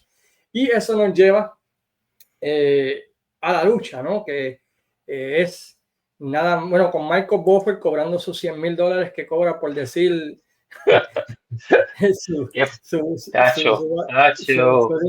qué dinero fácil, ¿eh? Págame eso, que yo lo hago también. Y esto saca a Hall y Nash que llegan al ring. No dicen, no sé si te diste cuenta, no dicen los nombres. No dicen los nombres. No dicen los nombres de ellos, lo dicen en medio de la lucha. Hay una cosa que quiero hablar de esta lucha y no tanto voy a hablar del tanto de in-ring, estamos hablando de todo, de la impresión de esta lucha. Esta lucha, para mí, es el comienzo del Monday Night Wars, el verdadero Monday Night Wars. No estamos hablando de lo del 95 cuando empezó Nitro, no, todo el mundo sabe que eso era una basura. Cuando esta lucha de ahí en adelante comenzó la verdadera guerra de presión de verdad. Y estos dos señores, Hall y Nash, que obviamente, como tú dijiste, Luis, no dijeron los nombres.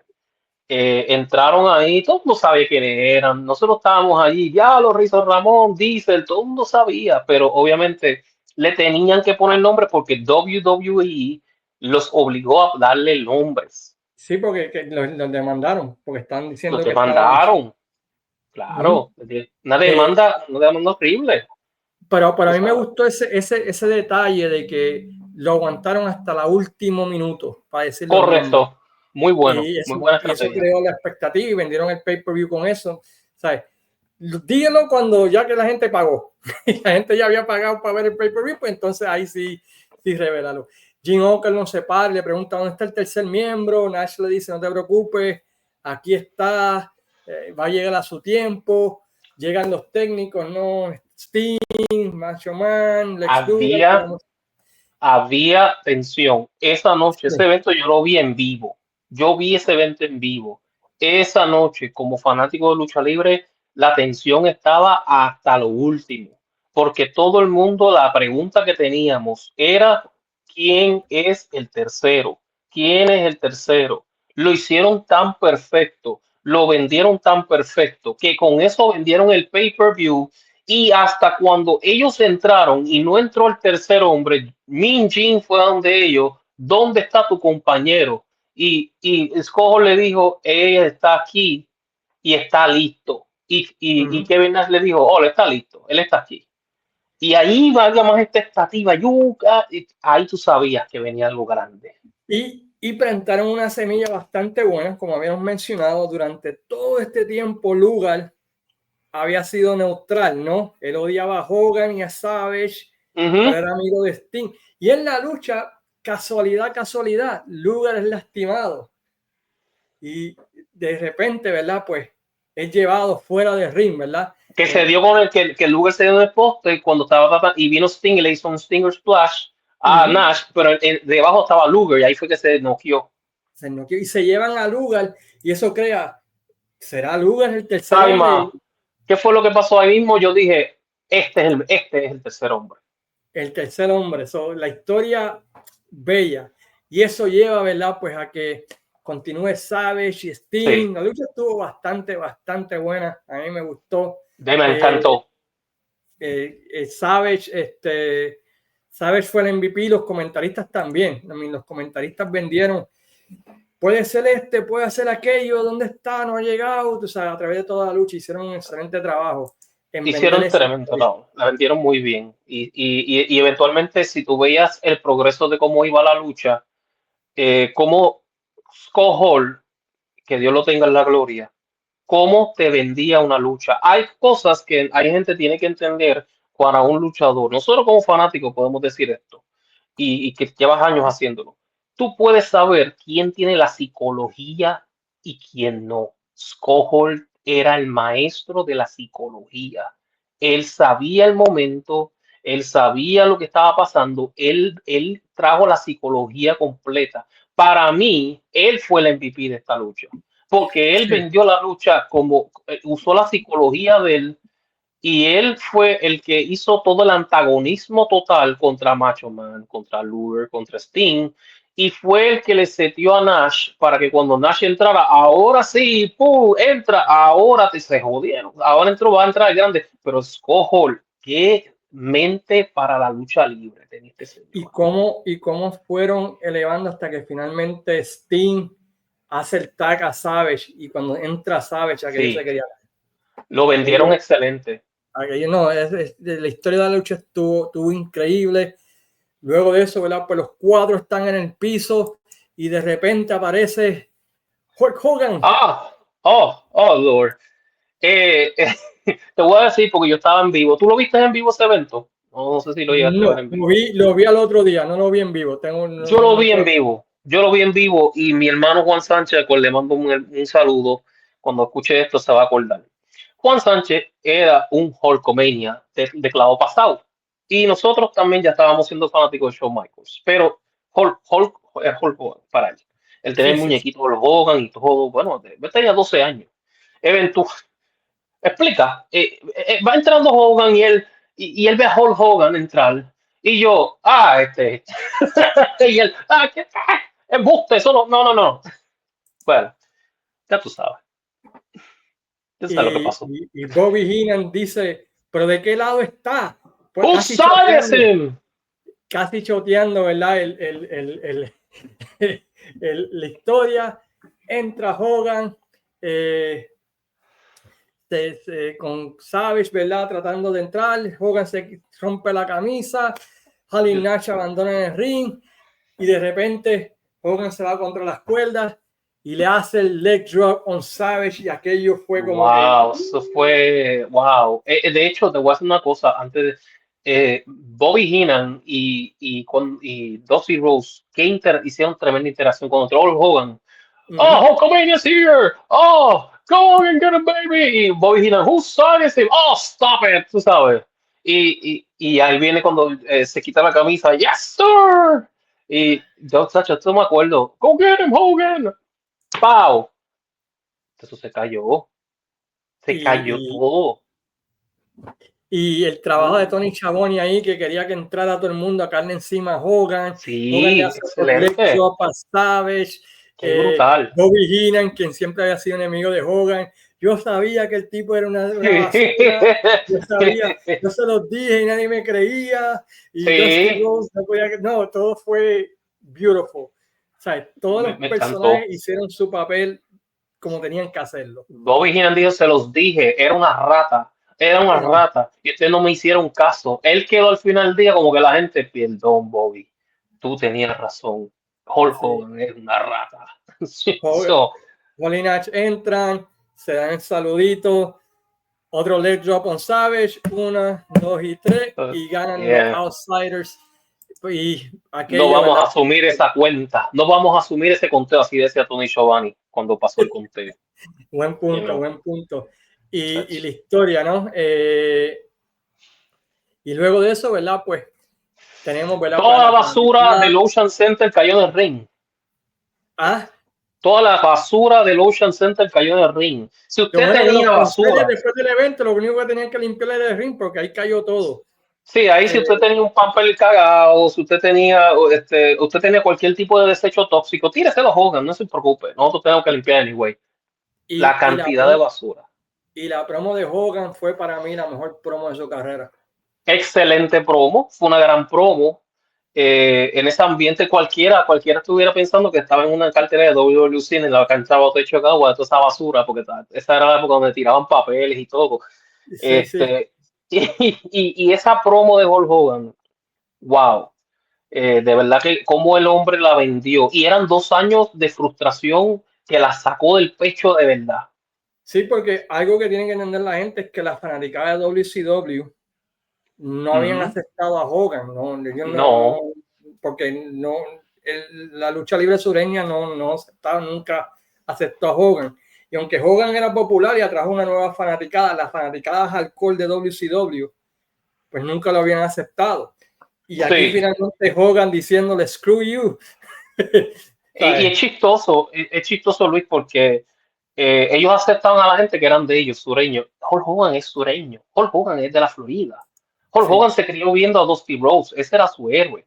Lo que pasa es que nuevamente el kayfabe de la lucha libre lo vendió, que él venía de Venice Beach, California, y era Nueva York, era prime time, era rubio, alto, tú sabes.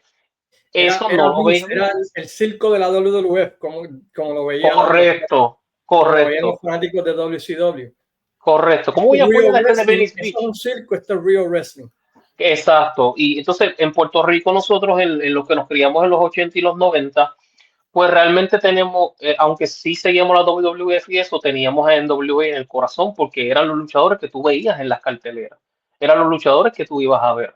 Tú veías a Ric Flair en el Superstation y tú sabías que Ric Flair iba a estar en el Irán Bithorn, igual que pasaba con todo tipo de luchadores que estaban en esa época, no solamente de Jim Crockett, sino también Mid-South, Dallas, tú sabes. Y era más real en cuestión de que la queríamos más porque lo podíamos ver en nuestra cancha.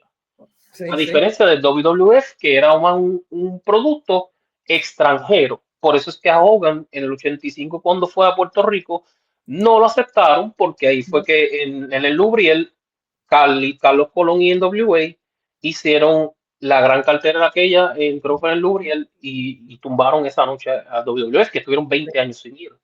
Y Hogan siempre fue aceptado. Hogan nunca fue aceptado en el sur porque no tenía lo del sur. Recuerda, el sur era Ric Flair. el sur es Jack Briscoe, el sur es, el sur Dusty es Rhodes. los T-Rose, los Horsemen, ese es el sur, ¿me entiendes? Sí, sí, no. Como te digo, o sea, y quizás eso para los fanáticos no entiendan, para los fanáticos del sur decían, esto es lucha libre, aquello no es lucha libre. This is the Correcto, real thing. Y llega Hogan, que por años era lo que ellos decían de lucha libre, y me lo están vendiendo como la cara. lo Y negativo, lo negativo de lo que tú estás representando.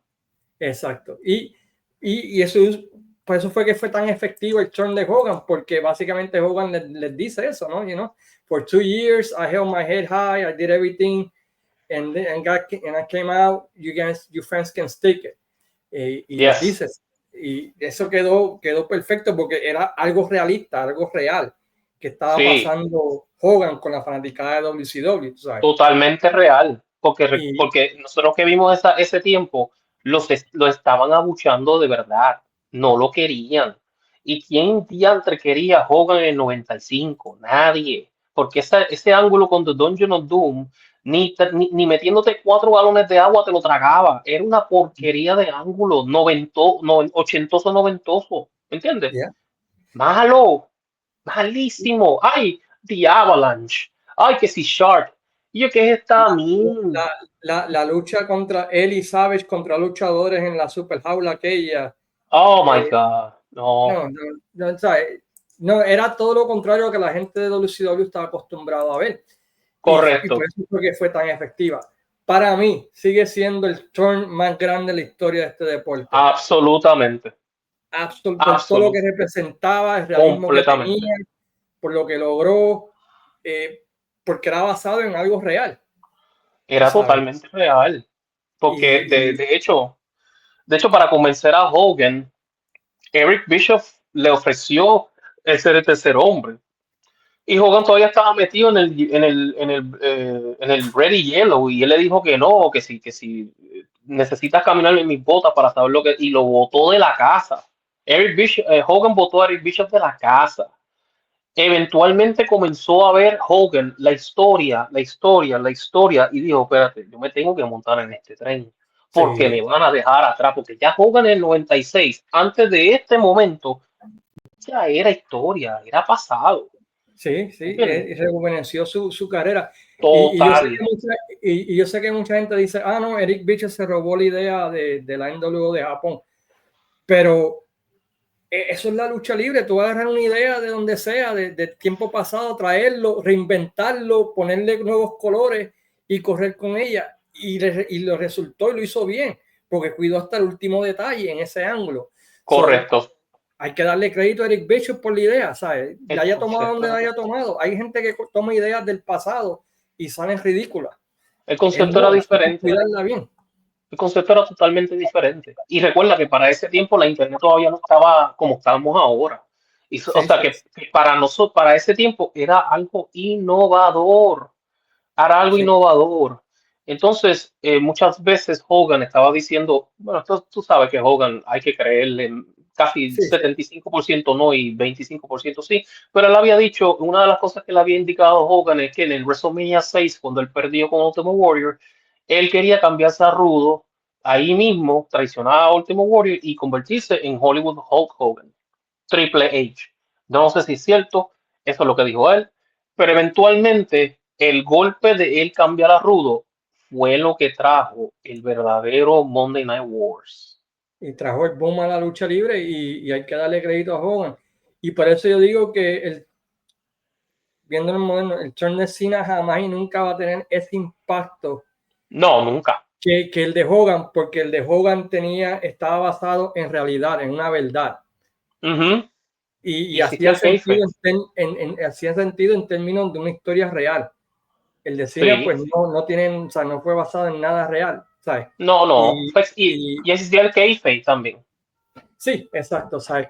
Que funcionó todo y eso llevó, como tú bien dices, al Monday Night War y a que WCW por 83 semanas le diera una paliza a Vince. Y Hogan era la persona perfecta para ese turn. O sea, no Sí, podía ser claro. más nadie. No podía ser más No, nadie. Dominaron mucho ese evento. Una cosa importante para la gente que nos escucha, WCW, desde ese instante hasta el 98, ellos dominaron a WWF a gusto y gana. Porque obviamente la dirección que tenía WWF no era, ya la dirección era anticuada y todavía estaba tratando Brett, recuerda, pero tuvieron que ajustarse basado en WCW y todas las ideas que atrajo lo que fue en lo que se conoció después como el Attitude Era comenzaron exactamente en Ujú. esta noche.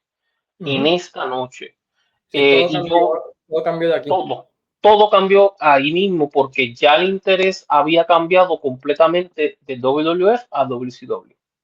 Exacto. 100%. Para mí, 100% porque yo estaba intrigado. Sí, Totalmente yo también. intrigado. Revivió el amor de todo el mundo en la lucha libre. Trajo Sí, 11 millones, 12 millones de personas viendo lucha libre semanal, que nunca se ha vuelto a repetir, jamás y nunca. Y no, no. fue debido a esto. So, análisis final. ¿Recomiendas esta cartelera? Para todo el mundo que está buscando historia, que está buscando tener génesis de ciertos ángulos, ciertas historias, WCW, esta cartera es muy recomendable para todo el mundo. Si usted está buscando lo que pasó con esta historia, por ejemplo, Monday Night Wars, es excelente. Le voy a dar un pequeño dato, Luis, a la gente Sí. de los ratings de WCW Monday Night, para que la gente entienda cómo comenzó esta evolución y esta pequeña guerra que WCW dominó por 83 semanas.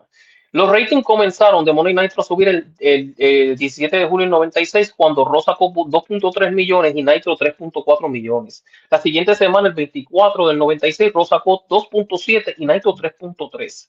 El primero de julio, Raw sacó 2.6 y Nitro 3.3. Pero desde junio 17 en adelante, ahí ves que empezó, se viró totalmente la tortilla a favor de WCW, que pasó lo que pasó, que tuvimos unos grandes 96, segunda mitad del 96, el 97 fue el mejor año de Ujú. WCW, que ese año hay que analizarlo, fue excelente el mejor año de WCW, y ya tú sabes qué pasó en el 98. Exacto, ¿qué pasó después de Starrcade 97? Y no se puede olvidar la línea que yo también, que es súper clave. Anthony Schiavone, Hulk Hogan, you can go to hell. You can go straight to Yes, hell. Esa yes, línea fue perfecta porque dijo todo lo que querían decir todos los fans en ese momento. Y sí, Chef Kiss. Chef y Kiss. Yo creo que es el habían mejor trabajo que ha fanáticos. hecho Tony Schiavone en toda su vida. Habían fanáticos de Hogan que estaban enojados. Por ejemplo, mi hermano Juan Sánchez, que estaba al lado mío, tenía 12 años. Hecho, cogió el muñeco del Hogan, empecé a estirarlo y a golpearlo. Y después yo le dije, ahora es que se puso bueno y ahí me apoyó. Porque, No, y la verdad que fue tremendo. Bueno, Fran, sí, para terminar, ¿dónde la gente te puede encontrar? Tú tienes como 20 páginas y no tengas miedo de decirlas todas. no hay tiempo para eso. Sí, pero obviamente a la gente que me esté conociendo me sigue, si está buscando lucha libre, puedes conocer a través de mi grupo Fiebre Wrestling, que está en Facebook. Fiebre Wrestling, que tiene actualmente 10.500 miembros. Es una página, obviamente, que se discute todo lo que pasa en Puerto Rico, lo que se discute en México y se discute a través de los Estados Unidos y cosas de Japón. A través, si te gusta la NBA, a través de mi grupo de Fiebre NBA, Boxeo Fiebre Boxing, Fiebre MLB a través de las grandes ligas, o si me quieres contactar a través de mi página personal en Facebook, lo puedes hacer a través de Frank Vélez, sencillamente Frank Vélez en Facebook y me consigues ahí. Estamos hoy en día, ya gracias a Dios, tenemos casi 14.000 miembros, a través que subiendo poquito a poquito, cubriendo todo tipo de deporte, de todo tipo de deporte. Estamos en los playoffs de la NBA, estamos en los playoffs de la NBA, estamos en el comienzo de la temporada de Major League Baseball y obviamente cubriendo la lucha libre, que es el amor, uno de mis primeros amores. No, yo siempre agradezco el apoyo que le has dado al podcast y a mi trabajo también a través de todos los años. Ex Y tu ensalada de deportes es lo que a veces me mantiene el día por mi trabajo. Puedo chequear, si quiero saber la pelea de Canelo el sábado, me metí en tu página, ahí chequeé algo, de lo que pasa en la NBA, porque estoy más sí. perdido en la NBA, también chequeo ahí. Es tremenda, tremenda herramienta para todos aquellos que queremos mantenernos al día si no tenemos mucho tiempo. Aprender lucha libre, y le voy a decir una cosa a todos los que nos están escuchando, si usted quiere aprender lucha libre, escuche a este señor, escuche a Luis Cueva. Luis Cuevas sabe de la historia de la lucha libre. El podcast Desde los Territorios es uno de los mejores podcasts que hay overall, no en inglés, no en español, overall, porque hasta los que están o han estado en el negocio de la lucha libre a nivel de backstage están aprendiendo con el podcast Desde los Territorios. Es un podcast excelente. Y yo te digo una cosa, ustedes hacen un trabajo excelente en tu página, en Wrestling Dome, y ustedes hacen un trabajo excelente desde los territorios. O Gracias, sea, Frank. soy fanático de ustedes, por eso siempre te digo, Luis, del que en lo que yo te puedo ayudar, ya sea promoción y cosas así, estamos más que disponibles a las órdenes, porque la buena calidad hay que promocionarla siempre. Gracias, y tú sabes que el respeto es mutuo y se aprecia. Y era más que jugaste en mi cancha en Torre de Toquillo. Vamos para 2 horas. Vamos para 2 horas, Luis, casi una. Mira, y cuando se hizo de hacer este podcast, que Luis, que le agradezco mucho la invitación, este podcast se complicó un poco porque obviamente por nuestros horarios de trabajo.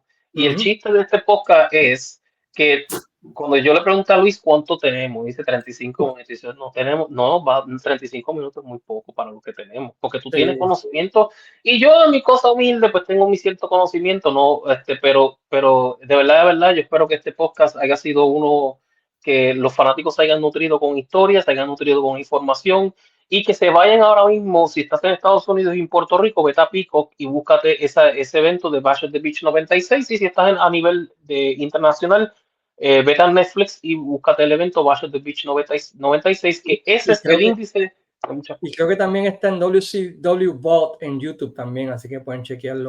También. Y mejor, creo que WCW en el bot lo tira con la música original. No, es todo con el network, no. Ok. Mano. ¿Sabes lo que va? Lo prostituyen. Mano. Esa música de Hogan, de Jimi Hendrix, qué brutal. El Voodoo Child, sí, Voodoo Child, brutal. Una de las mejores canciones de entrada. Y yo no soy fan de Hogan, pero ese yo me hice fanático de Jimi Hendrix gracias a esa música, a esa entrada de Voodoo Child. Bueno, mi gente, pues pueden encontrarme Desde los Territorios, en la página de YouTube Desde los Territorios, en Facebook Desde los Territorios y en Wrestling, donde de vez en cuando con una columna. La semana que viene regresamos con un podcast parecido a este, hablando de un pay-per-view del pasado. Y otra vez, muchas gracias, Frank, por sacarle tu tiempo y ayudarme. Un placer. Siempre. Pasemos buenas tardes, mi gente. Cuídense. Cuídense.